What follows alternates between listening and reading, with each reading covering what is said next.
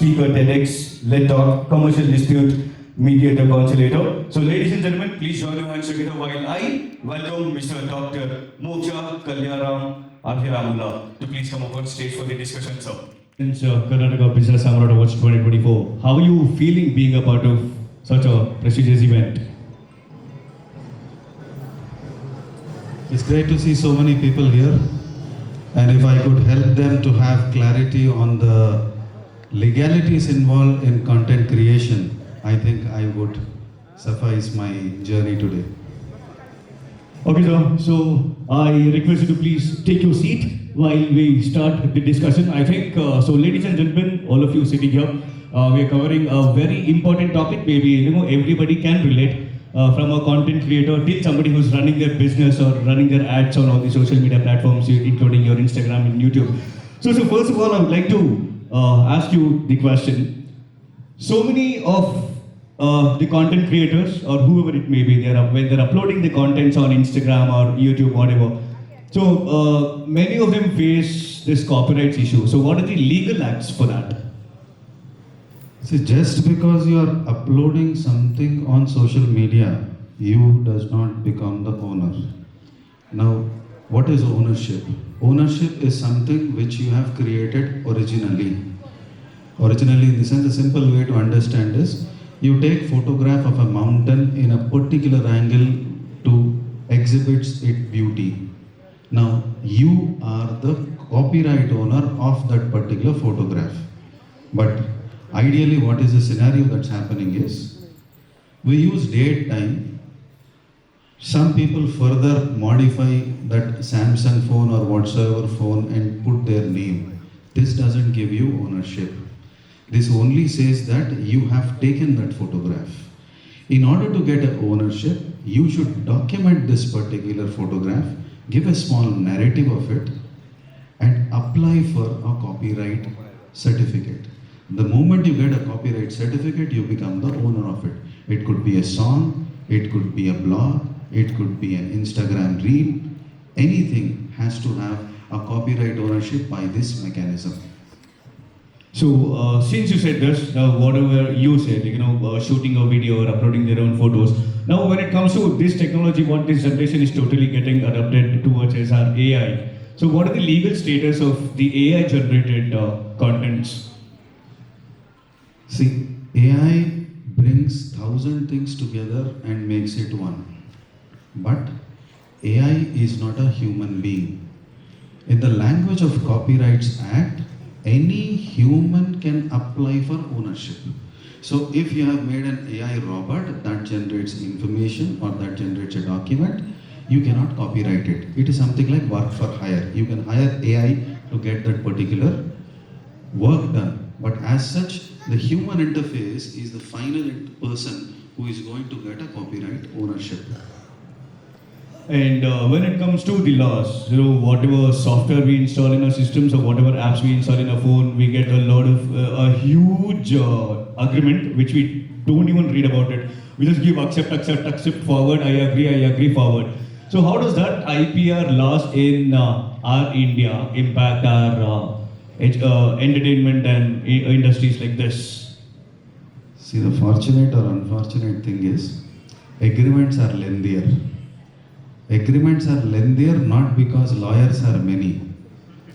Agreements are lengthier because it demands so much of content to be presented. Now, whenever you are uploading information, knowingly or unknowingly, let's take example on YouTube, you upload a video. That agreement which you see on YouTube actually is 21 pages agreement. We don't even spend 21 seconds to see it. We just click I accept and upload because focus is on the video to be uploaded, not on the agreement. Now this agreement says that you are the copyright owner of that video, and if someone claims copyright ownership, you will defend it well. In case you fail to defend, you will be banned with that video, sometimes your channel in totality. Now this is a common agreement which is signed by everyone but unknown. First, you should take pains to understand what these agreements are, or Go to a counsel who is in that segment and ask only one question. What is the disadvantage by signing this agreement by me?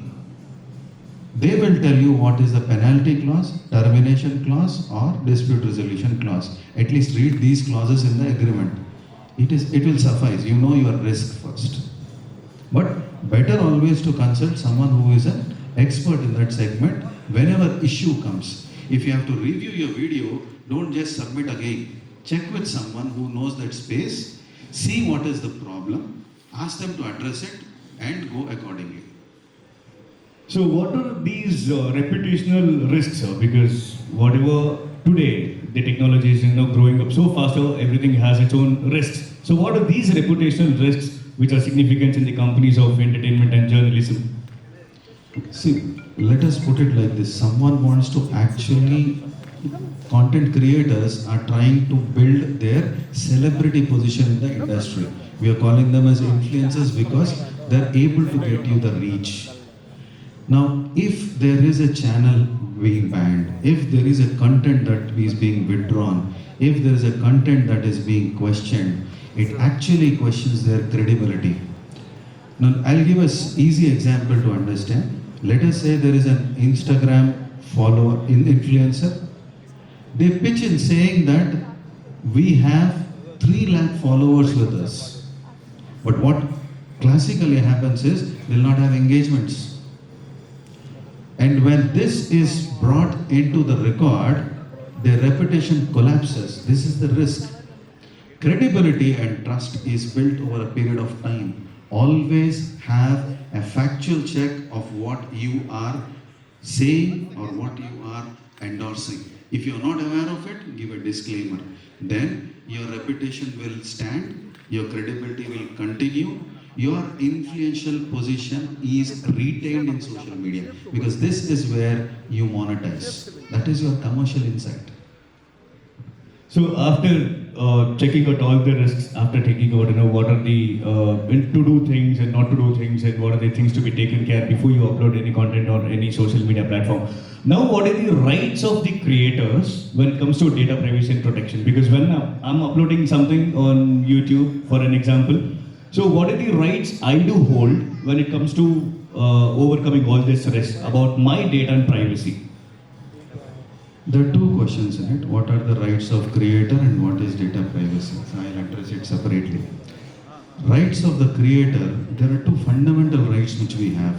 One is called a moral right. Second one is called a commercial right or economic right. Moral right is right of being attributed. Let's say someone is using your work. Minimum expected from that person is give credit to you. So and so painting is used in my photograph. This painting is done by so and so. This is right of attribution. Second right is the monetizing right. Monetizing right is a commercial right. I think everyone over here are aware that whenever you play a YouTube video, in between you get ads. This is monetizing right. My original content, when more people see, Google and YouTube together generate ads. Because of this ads, you get revenue. This is the way where people earn money. That's the reason we have seen people, for the sake of reels, they hang from the top floor. That becomes viral. Forget about whether it is moral or immoral. The objective which they actually thought of got achieved. People saw that video. I am not encouraging it. But that are risk-oriented aspects. What is more important is you have a right to monetize when you have people seeing that particular thing. Now take one other classic thing. You are taking a photograph in a function. Accidentally it happens that there is a celebrity who has come in that particular photograph. Celebrity can file a case against you because you have taken his photograph without his or her permission, and his face has monetizing value. There is a commercial value. So when you are sure of taking a photograph, take their permission, and then when you take the photograph, there is no problem. But accidentally if it comes, you have to give a statement It was celebrating that I attended so and so event. It so happened that I took a selfie in which accidentally so and so celebrity has come. Makes sense. There is no penalty on you. But you don't do that. You take this photograph, put it as a banner for your business. It is using it for commercial purpose. You have to pay penalties for it. So we have to be very sure what we are using. Celebrities' photograph coming into your photograph is a data privacy for them. You have breached their privacy. Since they have a commercial value for their face, breach of privacy plus violation of monetization leads to penalty. Any notice that comes, don't throw it. Some people are more intelligent. Legal notice come, they send it back to the lawyers. You send it back to the lawyers, case will come. Best thing, whenever a legal notice comes, receive it, read it, try to explore who can defend it well. Today, we have information available on Google. Search, find a good counsel, and Bar Council also says, don't give ratings to the counsel. So if they are available on Google, don't give 5-star rating. It is riskier for them, not for you. Don't give 5-star ratings to them. But you can approach them and say, this is the notice. What should I do? Don't go to one counsel and decide. Go to 2 or 3 people. Listen from them. When they explain well, where you understand, you take service. Don't take service because they are less expensive. Take service because you are convinced that they can defend your case well. This is my advice. So adding to this point, if somebody is uploading our picture today taken on Instagram, you can please tag both of us. We don't file a case against you. We are welcome to getting tagged. Okay, so coming to one final thing, sir. After all this, what is that very knowledgeable and very precious advice you'd like to give it to all our content creators and along with them to our media houses? Agreements play a vital role. If there is an agreement between you and the event organizer, you with your co-star, you with your any stakeholder, the litigation boils down only to the contents of the agreement. If there is no agreement, the world is not enough. They can file any case which is available. Agreements size down and limit the boundaries of the business relation. So make sure before you are entering into any activity, be it you may be an influencer, you want to actually have an endorsement given. Don't just accept the money and give the endorsement.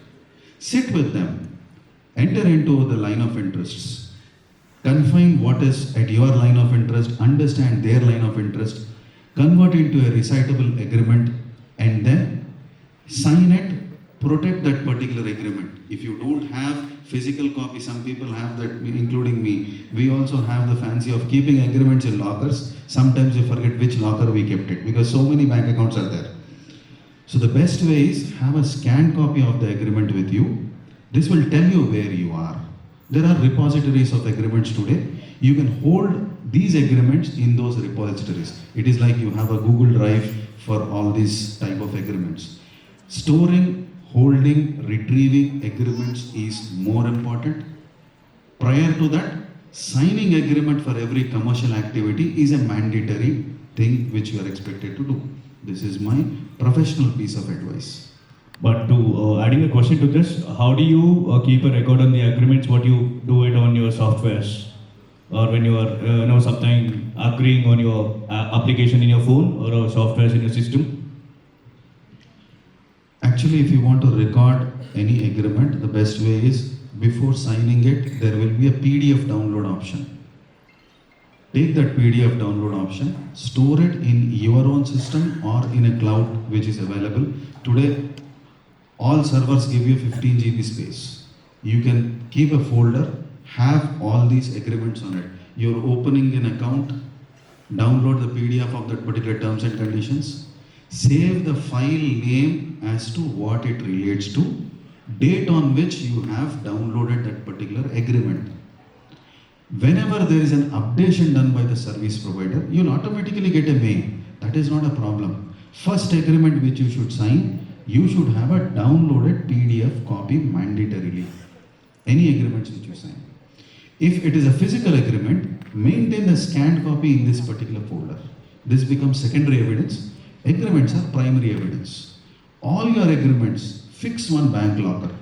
Put every agreement in that bank locker. So that tomorrow when you want to locate your agreements, you know that it is in so and so bank's locker. Go back to that locker, search, get that agreement. That's the best way. Physical are supposed to be maintained like this. Okay, so I think with this we come to an end of this session. So first of all, I'd like to thank Dr. Moksha Kalyanram Abhiramula. So thank you so much for being here My and sharing your precious information on how to take care of these technological. I think we can call it a technology era, which is being changed drastically, and everybody are totally into it. Maybe it's Instagram, Facebook, YouTube, or your Twitter, or maybe the online classes, which also happens online these days. And the trend started in the lockdown, and so this is for this day. I hope everybody got some precious information. For any doubts or clarifications, if you have any, so our Moksha sir is always available. You can contact him. So by this, we are ending this session, and thank you so much for being with us. Thank you. Thank you.